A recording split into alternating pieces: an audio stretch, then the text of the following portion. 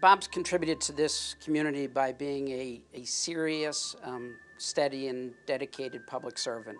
When I look back over my career, I feel like I've done the job that I was elected to do. The leadership qualities you see from Bob Horan are really best demonstrated by the people who worked for him. I don't know of anybody, no matter if someone is now a defense attorney and they're knocking heads with one of his assistants or knocking heads with Bob Horan, who doesn't talk about him with a great deal of respect. I think I've done a pretty good job in the courtroom. I've been successful in the courtroom. You can talk to Bob about a case and he'll say that he remembers back in the 60s or the 70s, and he names the case, the players in it, the unusual facts and circumstances, the legal issue, and he relives those cases now in 2007, just like it was back in 1972 or 1981. When I first became common attorney in March of 1967, we began to see the first onset of drug cases. I took it upon myself to go after that. I must have spoken at certainly every high school PTA, probably 2/3 of the Citizens Association, every Rotary Club, every Kiwanis Club. Bob Horan, most importantly, is bright and, by my sense over the years, has a realistic outlook on the value of cases. We've had, and I've seen him have, very, very difficult cases where in other jurisdictions prosecutors would say, go for the maximum, or go for this, or why don't you handle it that way? And Bob does what Bob thinks is best, generally with a reason. I think it's important for leaders, no matter whether it's in my field or somebody else's field, it's important to be totally in tune with where the community is and where the community is headed. He could have been out in the private sector making hundreds of thousands of dollars or millions of dollars, whether on his own or in a small practice or with a large firm. There's just simply no question about that. Whether by his personality you measure it or by his trial skills and skills as an attorney, he could have been a judge. He could have done whatever he wanted to do, and the fact of the matter is that he loves trying cases, he loves going to court, and he loves being a prosecutor. And the Fairfax County community has been better off for decades now because of that. If you love what you're doing, you'll never have to work for a living. Well, I've loved what I was doing. It was a passion for me. So I never really had to work, so to speak, in 40 years. I was doing something that I enjoyed doing.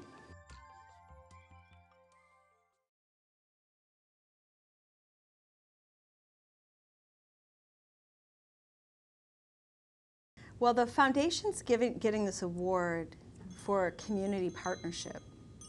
And I really appreciate that the county, the Leadership Fairfax, is acknowledging not just the Alice Ferguson Foundation, but the hundreds of organizing groups that have been involved, and it's over many years.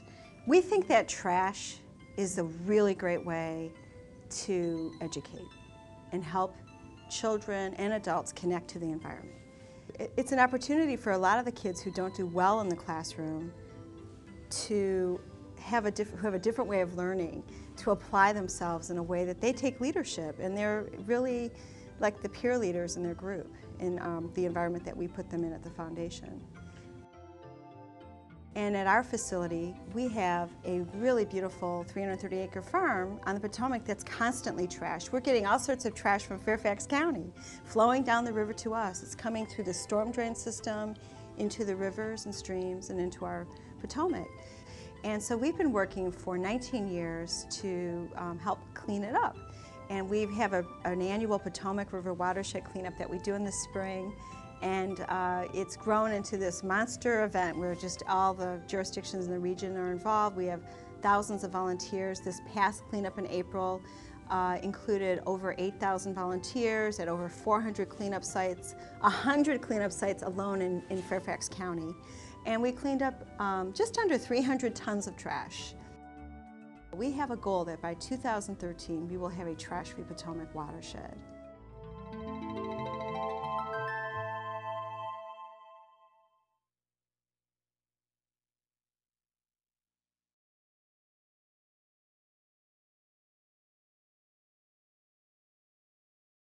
Well, when Vaughn came to teach in the school system in Alexandria, he was 25.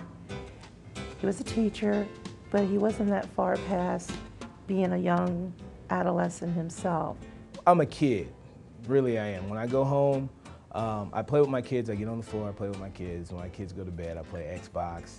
You know, that sort of thing. I go out, after I play Xbox, I go out and I hang out with my friends who are musicians, and we sit there and we crack jokes and we go play on.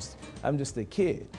He's kind of like the teacher, the cool guy, the dad, the uncle, the cousin, the guy with the stories. Honestly, I don't think there's anything special about me or what I do. And once I realized that Vaughn Ambrose could have been anywhere but teaching music in a public high school, I knew that he was dedicated. This guy was on Jay Leno's sofa. That's the launching pad for many careers. He plays with all of the big groups when they come to town. Aretha Franklin, The Temptations. He was on Lou Rawls' DVD. He's on a tour bus during the summer with some of the great legends of jazz. So he could be anywhere, but he's in our school system. I hope that everybody does what I try to do in my classroom.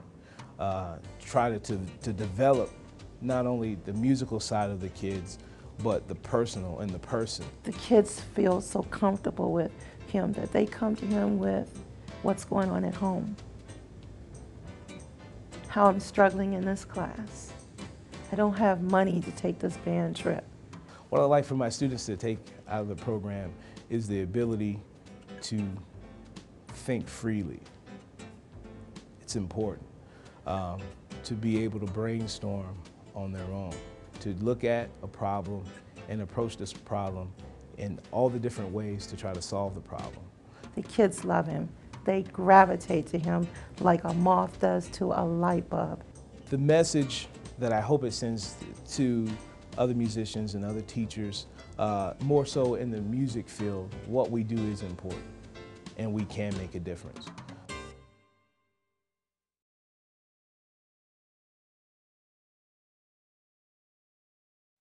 I think the Peterson Companies is a very special organization. They're headquartered here in Northern Virginia. We're part of the community. We're one of many faces who are looking to improve it.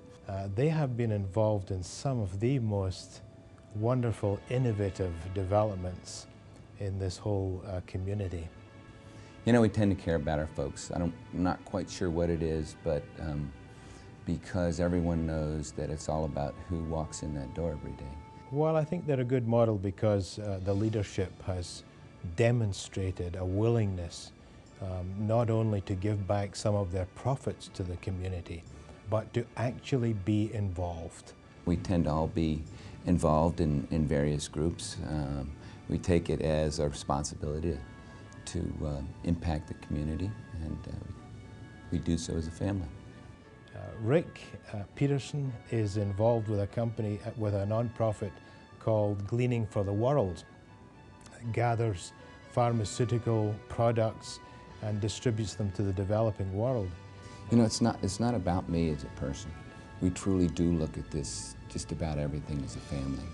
And whether it's charitable giving or where we spend our time. Milt Peterson has raised $22 million for United Methodist Mission Outreach Program.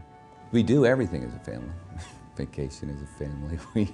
We all work at the company, and we take on our, community responsibilities as a family. I think they have a genuine love for the community, and I think they feel that because they have done well themselves, they have an obligation to give something back. I think we're a family that feels very blessed, and we want to share those blessings with others.